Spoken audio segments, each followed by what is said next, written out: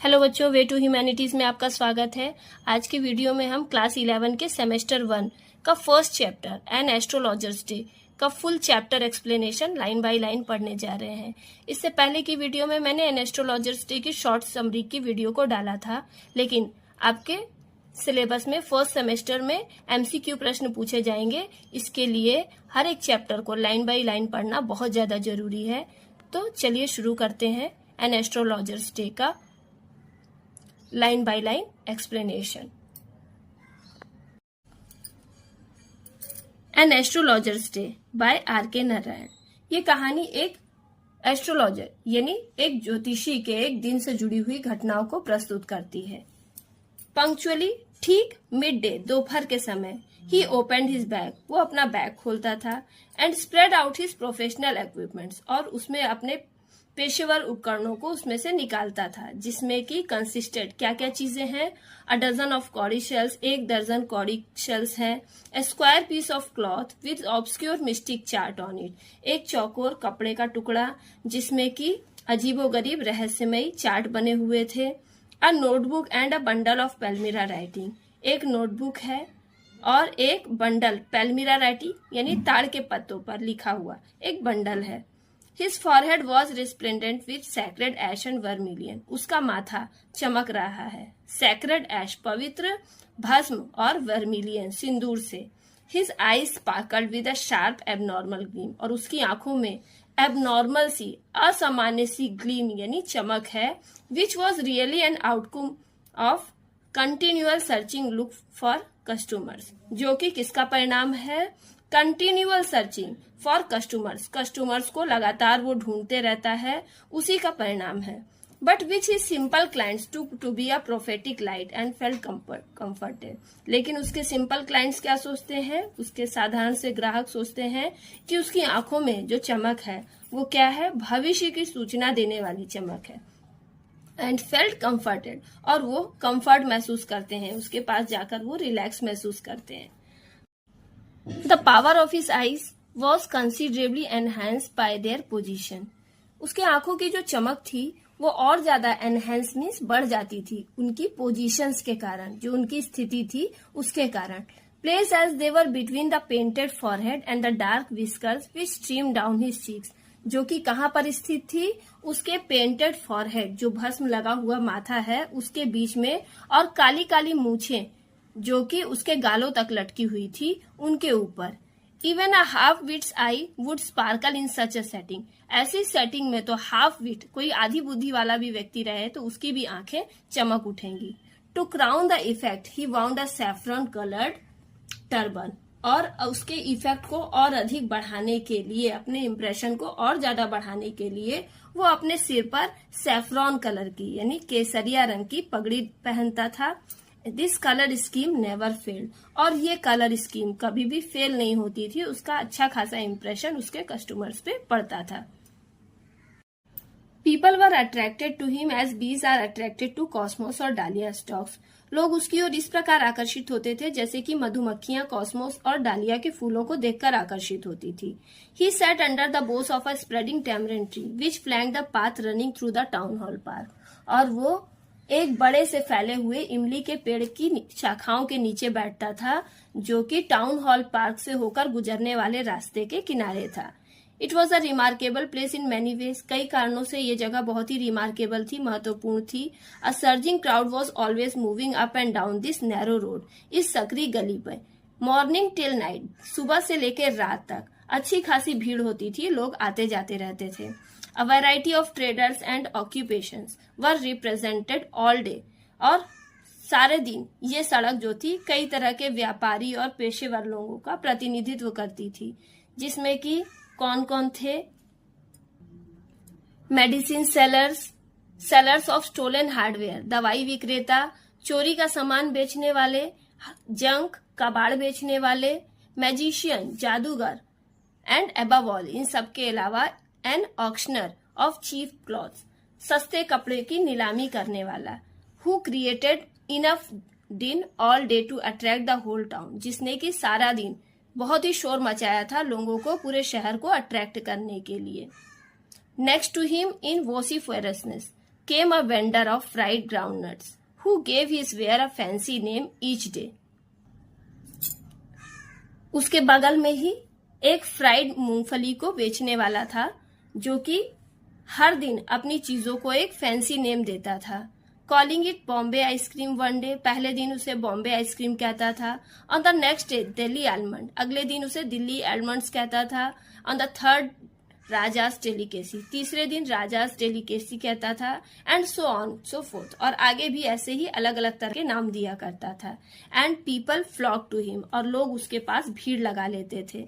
A considerable portion of this crowd dallied before astrologers too, और इन सब लोगों की भीड़, अच्छी खासी भीड़ एस्ट्रोलॉजर के सामने भी लगती थी. लोग लाइन बनाकर खड़े हो जाते थे.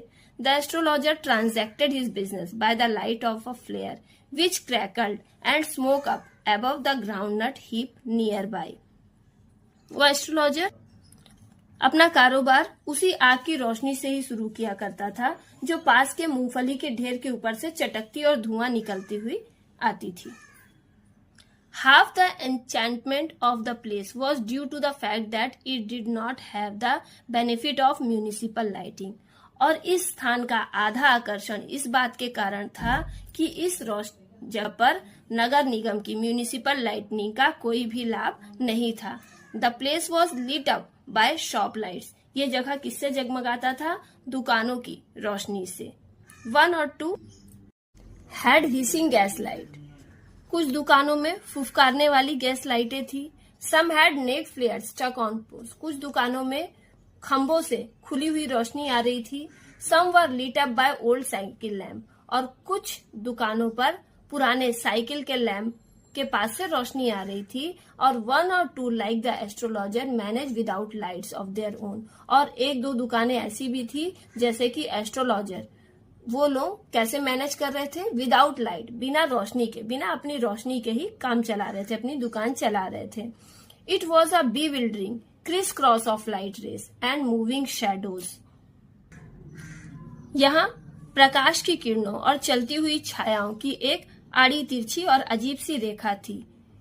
This suited the astrologer very well, और ये जगह, ये चीज एस्ट्रोलॉजर के लिए बहुत ही सुटेबल थी. For the simple reason that he had not in the least intended to be an astrologer when he began his life. इसका सीधा साधा कारण ये था कि जब उसने अपने जीवन की शुरुआत की तो उसका एस्ट्रोलॉजर बनने का कोई इंटेंशन नहीं था, वो एस्ट्रोलॉजर बनना ही नहीं चाहता था. And he knew no more of what was going to happen to others, और उसे बिल्कुल भी नहीं पता था कि अगले क्षण किसी दूसरे के जीवन में क्या होने वाला है. Than he knew what was going to happen to himself next minute, और ना ही वो ये जानता था कि अगले क्षण उसके जीवन में क्या होने वाला है. He was as much a stranger to the stars as were his innocent customers. वो उतना ही इनोसेंट था स्टार्स के प्रति, तारों के प्रति, भविष्य के प्रति उतना ही स्ट्रेंजर था जितने कि उसके कस्टमर्स थे. Yet he said things which he pleased and astonished everyone. लेकिन फिर भी वो कुछ चीजें ऐसे बोलता था जो ग्राहकों को खुश करती थी और अचंभित करती थी. That was more a matter of study. ये किसका परिणाम था? गहरे अध्ययन का परिणाम था. प्रैक्टिस एंड श्यूड गैस वर्क, और प्रैक्टिस और गैस वर्क, इसका जो समझदारी से भरा हुआ जो अनुमान वो लगाता था उसका रिजल्ट था. All the same it was as much an honest man's labour as any other, and he deserve the wage he carried home at the end of the day.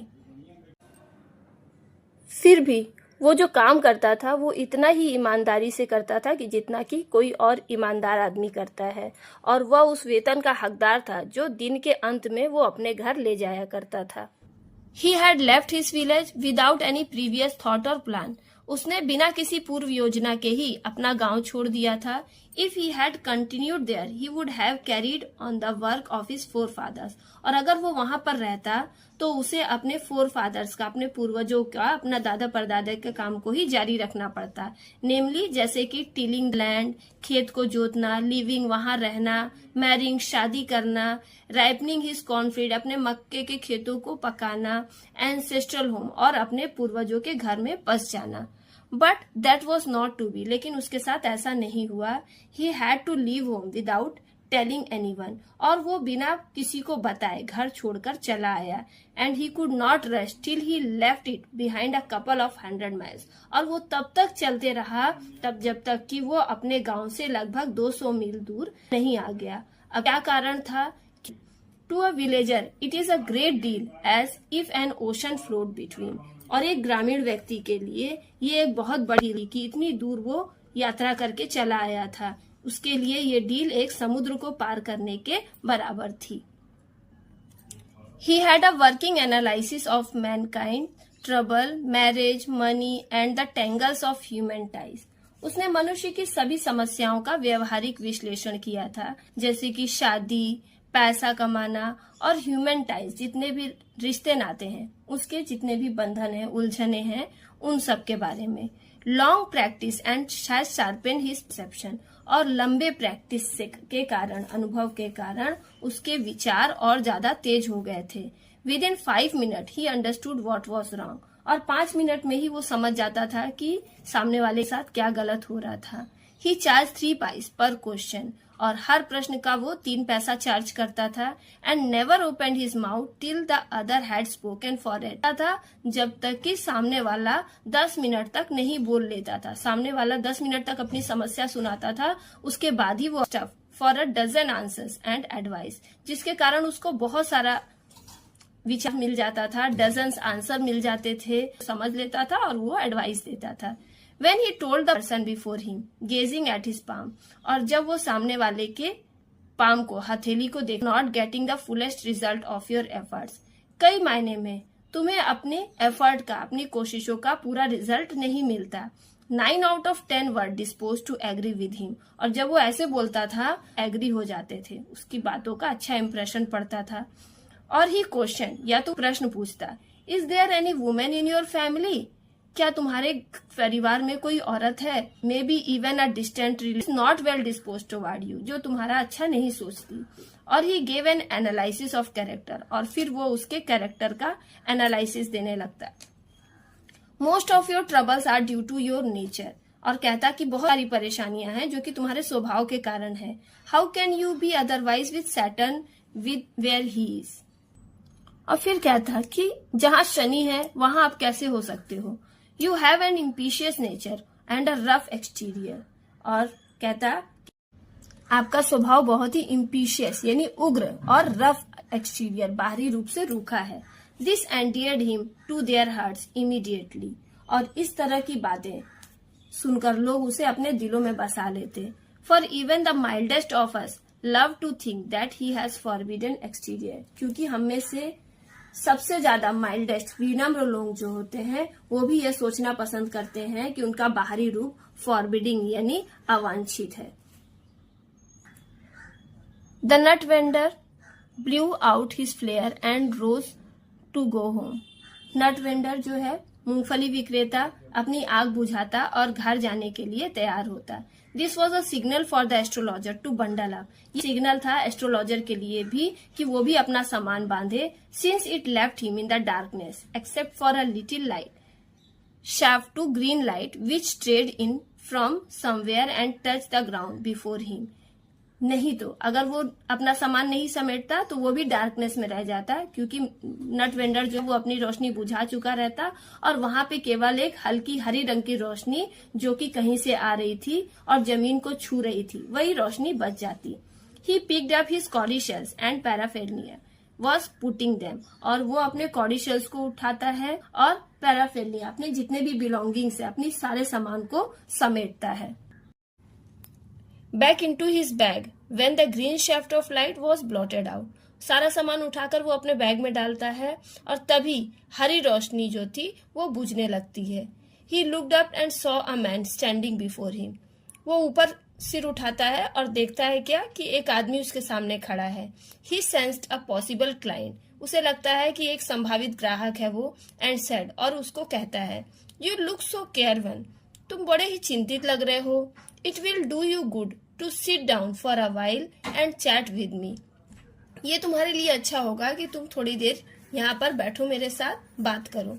The other ग्रम्बल्ड सम वेग reply, सामने वाला जो है grumble करके बड़बड़ाते हुए कुछ वेग यानी अस्पष्ट सा उत्तर देता है। The astrologer pressed his invitation, astrologer उसके ऊपर प्रेशर देता है, इनवाइट करता है, उसके साथ बैठने के लिए दबाव डालता है। Whereupon the other thrust his palm under his nose, तभी सामने वाला जो आदमी था वो अपनी हथेली उसके सामने उसके नाक के नीचे रखते हुए कहता है, You called yourself an astrologer, तुम अपने आप को एस्ट्रोलॉजर कहते हो। द एस्ट्रोलॉजर फेल्ट चैलेंज, अब तो एस्ट्रोलॉजर को चैलेंज फील होता है। एंड सेड, वो कहता है, tilting the others palm towards the green shaft of light, हल्की जो हरे रंग की रोशनी आ रही थी उसमें उसके पाम को हथेली को झुकाते हुए कहता है, क्या कहता है, योर्स इज अ नेचर, तुम्हारा स्वभाव ही है। तभी सामने वाला आदमी जो था उसको रोक देता है ये कह के, ओ स्टॉप दैट, बंद करो ये सब। The other said, tell me something worthwhile, मुझे कुछ अच्छी बातें, कुछ जरूरी बातें बताओ। योर फ्रेंड फेल्ट पिक्ड, इस पे एस्ट्रोलॉजर उसको कहता है, अरे मेरे दोस्त तुम तो चिढ़ गए। आई चार्ज ओनली 3 पाइस पर क्वेश्चन, मैं तो पर क्वेश्चन केवल 3 पैसे ही चार्ज करता हूँ। And what you get ought to be good enough for your money, और जो कुछ भी तुम मुझसे प्राप्त करोगे वो तुम्हारे पैसे से कहीं ज्यादा होगा। At this the other withdrew his arm, ये सुनकर सामने वाला जो आदमी था वो अपना हाथ हटा लेता है। Took out an anna and flung it out to him, एक आना निकालता है और उसकी ओर देता बढ़ाता है। एंड सेड, कहता है, I have some question to ask, मेरे पास कुछ प्रश्न है जिसका मैं उत्तर जानना चाहता हूँ, वो पूछना चाहता हूँ। If I prove you are bluffing, अगर मैं साबित कर दूं कि तुम ब्लफिंग यानी धोखा दे रहे हो, you must return that anna to me with interest, तो वो पैसा तुम्हें इंटरेस्ट के साथ, ब्याज के साथ मुझे रिटर्न करना पड़ेगा। If you find my answer satisfactory will you give me 5 rupees, तो इस पे एस्ट्रोलॉजर उससे पूछता है कि अगर मेरा आंसर तुम्हें सेटिस्फैक्ट्री लगा, संतोषजनक लगा, तो क्या तुम मुझे 5 रुपीज दोगे। वो स्ट्रेंजर रिप्लाई देता है, नो, नहीं। और विल यू गिव मी 8 आनास, अच्छा तो क्या तुम मुझे 8 आनास दोगे, 8 आने दोगे। All right, provided you give me twice as much if you are wrong, stranger बोलता है कि ठीक है, लेकिन अगर तुम गलत निकले तो तुम्हें मुझे 2 गुना पैसा देना पड़ेगा, यानी 8 आना का 2 गुना। Said the stranger, this pact was accepted after a little further argument, थोड़े से आर्ग्यूमेंट के बाद, बहस के बाद ये समझौता स्वीकार कर लिया जाता है।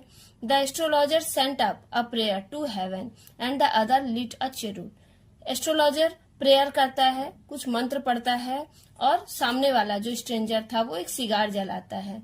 The astrologer caught a glimpse of his face by the match light, astrologer को उसके चेहरे की एक झलक मिलती है मैच लाइट, माचिस की रोशनी से, माचिस चलाता है जिसकी रोशनी से एस्ट्रोलॉजर उस आदमी के चेहरे की एक झलक देखता है।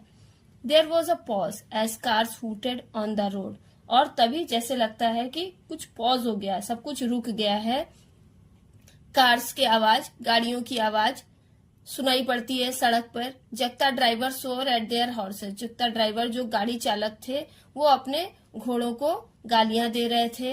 And the babel of the crowd agitated the semi darkness of the park, और भीड़ का प्रलाप जो था, हल्के अंधेरे में भीड़ का प्रलाप जो था वो उत्तेजना को और ज्यादा बढ़ा रहा था।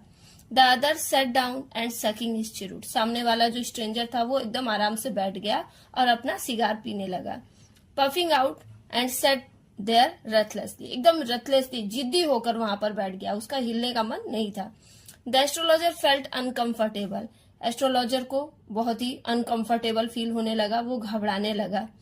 हेयर टेक योर आना बैक, और वो कहता है उसको, एस्ट्रोलॉजर को, कि लो अपना आना वापस लो।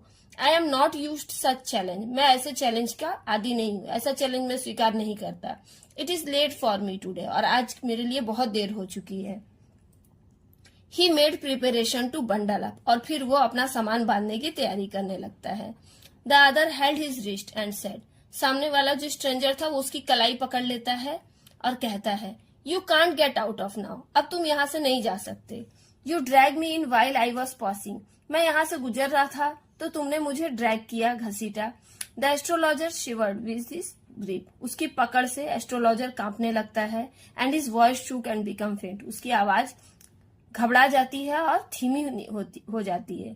लीव मी टूडे, आज मुझे छोड़ दो। I will speak to you tomorrow, मैं तुमसे कल बात करूंगा। ऐसा क्या होता है जिससे कि उसे देखकर वो घबरा जाता है, ये कहानी में हम आगे देखेंगे।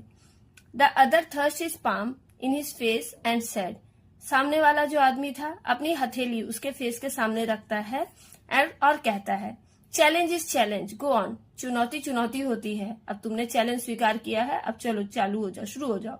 The astrologer proceeded with his throat drying, astrologer proceed करता है, आगे कहना शुरू करता है, उसका गला सूख रहा है, घबराते हुए स्वर में वो कहता है, देयर इज अ वुमेन, एक औरत है। वही अपना घिसा पिटा dialogue.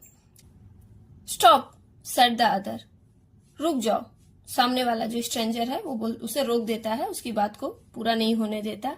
I don't want all that, मुझे ये सब नहीं सुनना।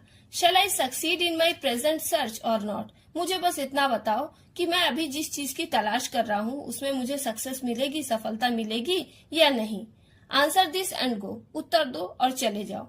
Otherwise I will not let you go till you disgorge all your coins, नहीं तो मैं तुम्हें तब तक नहीं जाने दूंगा जब तक तुम अपने सारे कॉइन्स मुझे उगल नहीं देते, यानी मैं तुम्हारे सारे कॉइन्स ले लूंगा।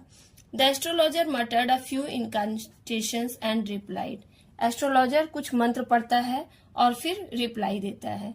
All right I will speak, बोलता है ठीक है मैं स्पीक करूंगा, मैं बोलूंगा।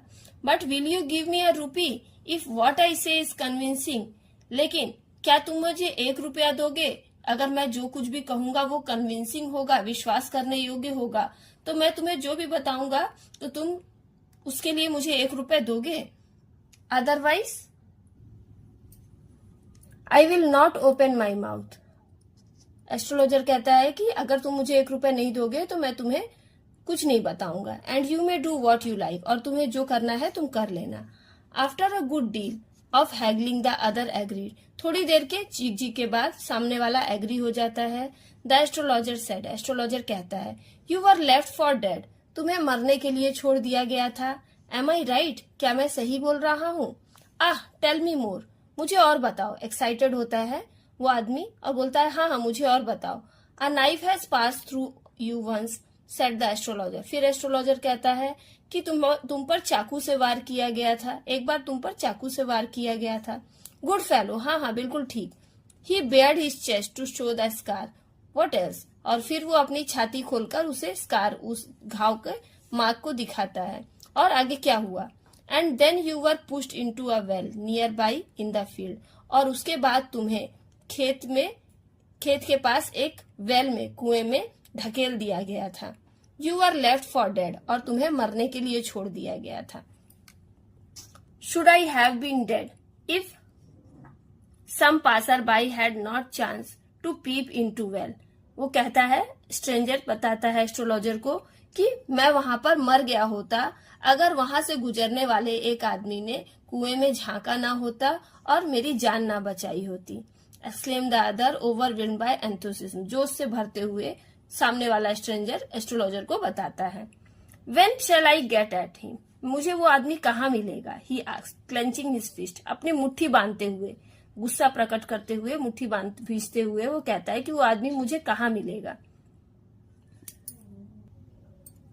इन द नेक्स्ट वर्ल्ड, दूसरी दुनिया में। आंसर द एस्ट्रोलॉजर, एस्ट्रोलॉजर उसको उत्तर देता है कि वो आदमी तुम्हें दूसरी दुनिया में मिलेगा, क्योंकि ही डाइड 4 months एगो इन अ फार ऑफ टाउन, बहुत दूर एक शहर में वो 4 महीने पहले ही मर चुका है।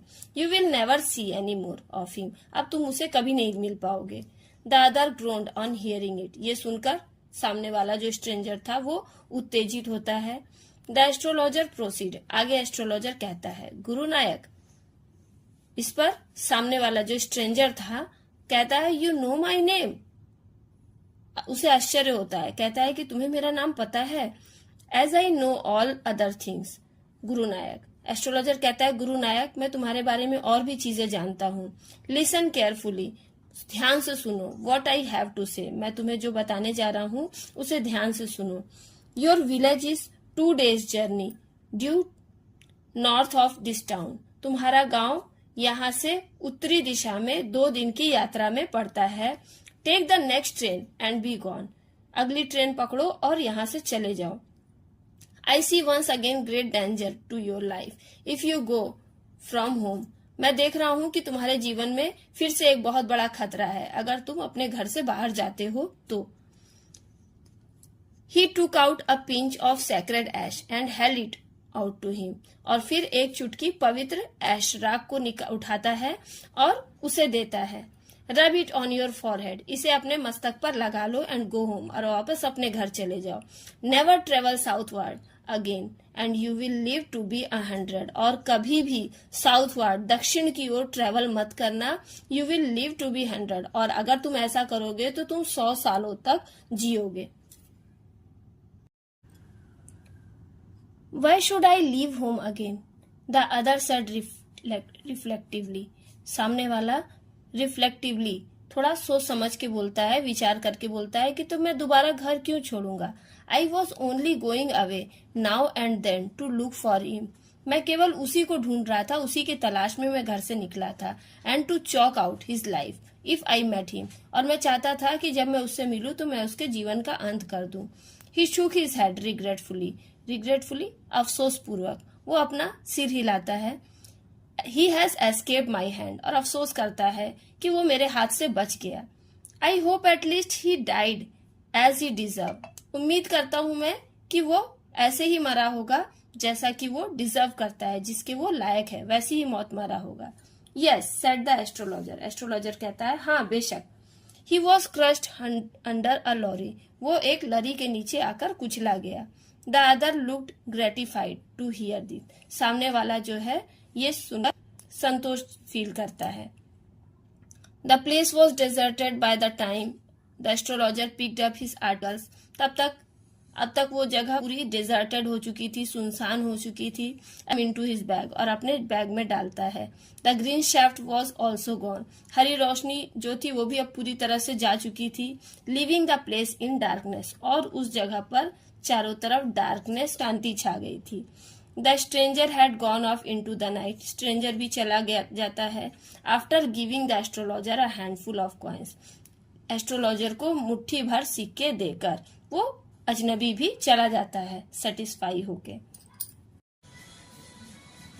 It was nearly midnight when the astrologer reached home. लगभग आधी रात हो चुकी थी जब वो एस्ट्रोलॉजर अपने घर पहुंचा. His wife was waiting. उसकी पत्नी इंतजार कर रही थी for him at the door. दरवाजे पर. And demanded an explanation. और उससे कारण पूछती है कि क्यों उसे देर हुई. He flung the coins at her and said. वो उसके तरफ सिक्के देते हुए कहता है count them. One man gave all that. एक आदमी ने सारे सिक्के दिए हैं. 12.5 annas. She said counting. गिनते हुए वो बताती है कि कुल 12.5 आने हैं. She was overjoyed. ये देखकर वो खुश होती है. I can buy some jaggery and coconut tomorrow. और कहती है कि मैं थोड़ा सा गुड़ और नारियल कल खरीद कर लाऊंगी. The child has been asking for sweets for so many days. बच्ची बहुत दिन से मिठाई के लिए कह रही है. I will prepare some nice stuff for her. और मैं उसके लिए कुछ अच्छी चीज बनाऊंगी. The swine has cheated me. He promised me a rupee, said the astrologer. Astrologer कहता है कि वो स्वाइन सुअर उसने मुझे चीट किया, मुझे धोखा दिया. He promised me a rupee. उसने मुझे वादा किया था कि वो मुझे 1 रुपया देगा और उसने कितने दिए थे? 12.5 annas. She looked up at him. You look worried. उसकी पत्नी उसकी तरफ देखती है, बोलती क्या बात है, तुम चिंता में लग रहे हो. What is wrong? कुछ गलत हुआ है क्या? Nothing. एस्ट्रोलॉजर कहता है नहीं, कुछ भी नहीं. After dinner, sitting on the pile, he told her. Dinner के बाद बरामदे पर बैठे हुए वो अपनी पत्नी से कहता है. Do you know a great load is gone from me today. मेरे ऊपर से एक बहुत बड़ा बोझ आज चला गया है, मेरा बहुत बड़ा बोझ हल्का हो गया है. I thought I had the blood of a man on my hands all these years. इतने सालों से मैं सोचता था कि मैंने एक आदमी का खून बहाया, एक आदमी की हत्या की है. That was the reason why I ran away from home. यही कारण था कि मैं अपना घर छोड़कर यहाँ भाग कर आया था. Settled here and married you. यहाँ आकर बस गया और तुमसे शादी की. He is alive. वो आदमी जीवित है. ये आदमी वही स्ट्रेंजर है, गुरु नायक है और उसको मारने वाला एस्ट्रोलॉजर खुद ही था. She gasped. You tried to kill. उसे आश्चर्य होता है उसकी पत्नी को. क्या तुमने मारना चाहा था? Yes, in our village बताता है एस्ट्रोलॉजर कि हाँ, मेरे गांव में when I was a silly youngster, जब मैं एक मूर्ख यंगस्टर था, नौजवान था, we drank, gambled and quarrelled badly one day. तो वो एक आदमी के साथ बुरी संगत में पड़ गया था जो कि गुरु नायक ही है, और वो दोनों साथ में शराब पीते थे, गैम्बल जुआ खेलते थे, और एक दिन दोनों के बीच बहुत बुरी तरह से झगड़ा हुआ और इसके कारण एस्ट्रोलॉजर ने उस पर चाकू से वार किया और उसे मरने के लिए छोड़ दिया। और इस ब्लेम से बचने के लिए वो अपना गांव छोड़कर बहुत दूर यहाँ पर आकर सेटल हो गया था। और गुरु नायक जब उसके सामने आता है तो वो उसे पहचान लेता है, लेकिन उसके गेटअप के कारण गुरु नायक उस आदमी को नहीं पहचान पाता, एस्ट्रोलॉजर को नहीं पहचान पाता है। इसलिए एस्ट्रोलॉजर उसे एडवाइस देता है कि वो जितनी जल्दी यहाँ से चला जाए उसके लिए बेटर होगा। Why think of it now, अब बोलता है छोड़ो, अब ये सब बातें सोचने में क्या रखा है, टाइम टू स्लीप, सोने का समय हो गया है, he said, yawning and stretch himself on the pair, और यॉन करता है, जम्हाई लेता है और अपने बॉडी को स्ट्रेच करके बरामदे में सोने का उपक्रम करता है। इस तरह से स्टोरी यहाँ पे समाप्त होती है। वीडियो अच्छी लगी हो तो वीडियो को लाइक करें और अपने डाउट्स को कमेंट करें, साथ ही साथ वीडियो को अपने दोस्तों को शेयर करें, और इस चैप्टर से रिलेटेड सारे इंपॉर्टेंट क्वेश्चन आंसर्स आपको इसी चैनल पर अवेलेबल हो जाएंगे। साथ ही साथ बाकी के चैप्टर्स के भी एक्सप्लेनेशन आपको बहुत ही जल्द अवेलेबल हो जाएंगे। Thank you very much.